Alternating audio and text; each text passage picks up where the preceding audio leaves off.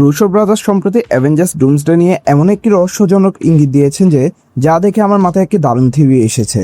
আর যদি এই থিওরি সত্যি হয় তাহলে আমরা হয়তো আগেই বুঝে যেতে পারবো ডক্টর ডুম আসলে কোন ইউনিভার্সের চরিত্র এবং কিভাবে সে এমন এক শক্তির অধিকারী হবে যার মাধ্যমে পুরো মাল্টিভার্সকে পুনর্গঠন করে ব্যাটেল ওয়ার্ল্ড তৈরি করা সম্ভব। এই থিওরির ভিত্তি তৈরি হয়েছে Doctor Strange in the Multiverse of Madness, Fantastic Four First Steps এবং কমিক্সের জনপ্রিয় story line One World Under ডুমের উপর।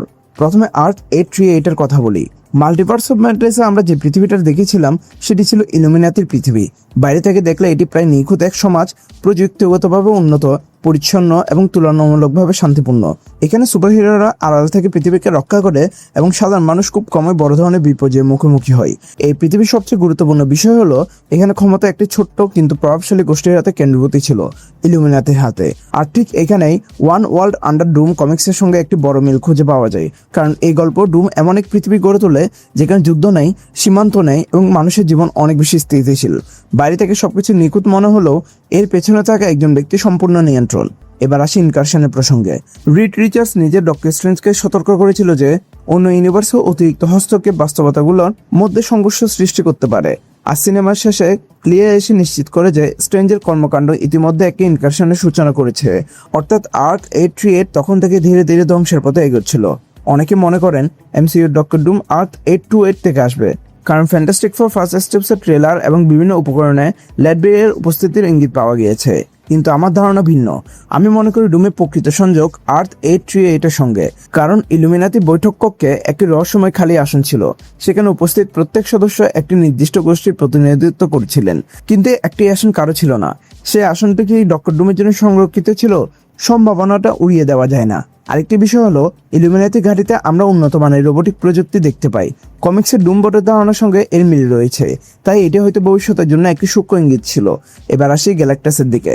যদি ফ্যান্টাস্টিক ফোর ফার্স্ট স্টেপসে ফ্যান্টাস্টিক ফোর সত্যি গ্যালাক্টাসকে অন্য কোনো ইউনিভার্সে পাঠিয়ে থাকে, তাহলে প্রশ্ন হচ্ছে সে কোথায় গেল। আমার মতে তাকে আর্থ 838 পাঠানো হয়েছিল, আর সেখানে শুরু হয় ডুমের উত্থান। কমিক্সের ডুম বিভিন্ন সময়ে মহাজাগতিক শক্তির অধিকারী হয়েছে। এমসিইউ সেই ধারণাকে নতুনভাবে উপস্থাপন করতে পারে। তারা দেখাতে পারে ডুম মৃত্যুপথ যাত্রী গ্যালাক্টাসের কাছ থেকে পাওয়ার কসমিক আত্মস্থ করে এই শক্তি অর্জনের পরেই সে উপলব্ধি করে যে মাল্টিভার্স ধ্বংসের দিকে এগোচ্ছে এবং কোনোভাবেই সেটাকে সম্পূর্ণভাবে বাঁচানো সম্ভব নয়। সেখান থেকে তার লক্ষ্য বদলে যায়। সে আরেকটি পৃথিবীকে রক্ষা করতে চায় না, বরং সমস্ত বাস্তবতাকে একত্র করে একটি নতুন বিশ্ব গড়তে চায়। সেই নতুন বিশ্বের নাম ব্যাটেল ওয়ার্ল্ড।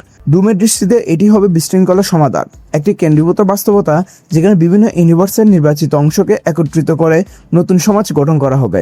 কিন্তু এখানে রয়েছে সবচেয়ে বড় মোড়। ডুম নিজেকে ভিলেন হিসেবে দেখে না, বরং সে বিশ্বাস করে সে এমন একটি কাজ করেছে যা কেউ করতে সাহস পায়নি। সে মনে করে মাল্টিভার্সের পতন অনিবার্য, তাই ধ্বংসকে থামানোর পরিবর্তে সেটাকে নিয়ন্ত্রণ করা একমাত্র উপায়। এই কারণে সে রিড রিচার্ডসের মতো মেধাবীদের ব্যবহার করবে, ডক্টর স্ট্রেঞ্জকে নিজের পাশে টেনে আনবে এবং শেষ পর্যন্ত এমন একটি পরিকল্পনা বাস্তবায়ন করবে যার ফল হবে অসংখ্য ইউনিভার্সের পতন এবং ব্যাটেল ওয়ার্ল্ডের জন্ম। সবচেয়ে মজার বিষয় হলো এই পরিস্থিতিতে ডুমকে পুরোপুরি ভুল বলাও কঠিন, কারণ তার উদ্দেশ্য ক্ষমতা দখল নয়, বরং শৃঙ্খলা প্রতিষ্ঠা।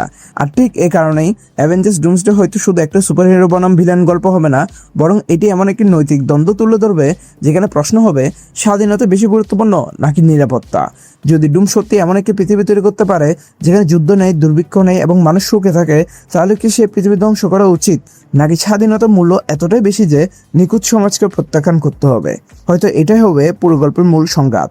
অবশ্যই এগুলো এখনো কেবল একটি থিওরি, কিন্তু এমসিইউ যদি সত্যি এই পথে এগোয় তাহলে ডক্টর ডুম মার্ভেলের ইতিহাসে সবচেয়ে জটিল এবং আকর্ষণীয় ভিলেন হয়ে উঠতে পারে। তোমাদের কি মনে হয় এই থিওরিটি কতটা বাস্তবসম্মত? কমেন্ট করে অবশ্যই তোমাদের মতামত জানাবা। আর ভিডিও ভালো লাগলে লাইক এন্ড শেয়ার করিও। চ্যানেলে নতুন হয়ে থাকলে চ্যানেলকে অবশ্যই সাবস্ক্রাইব করিও। আমরা চাই ডুমসডে মুভি আসার আগে আমি যেন 5000 সাবস্ক্রাইবার গেইন করতে পারি। Thanks a lot for watching guys. দেখা হবে পরে কোনো ভিডিওতে।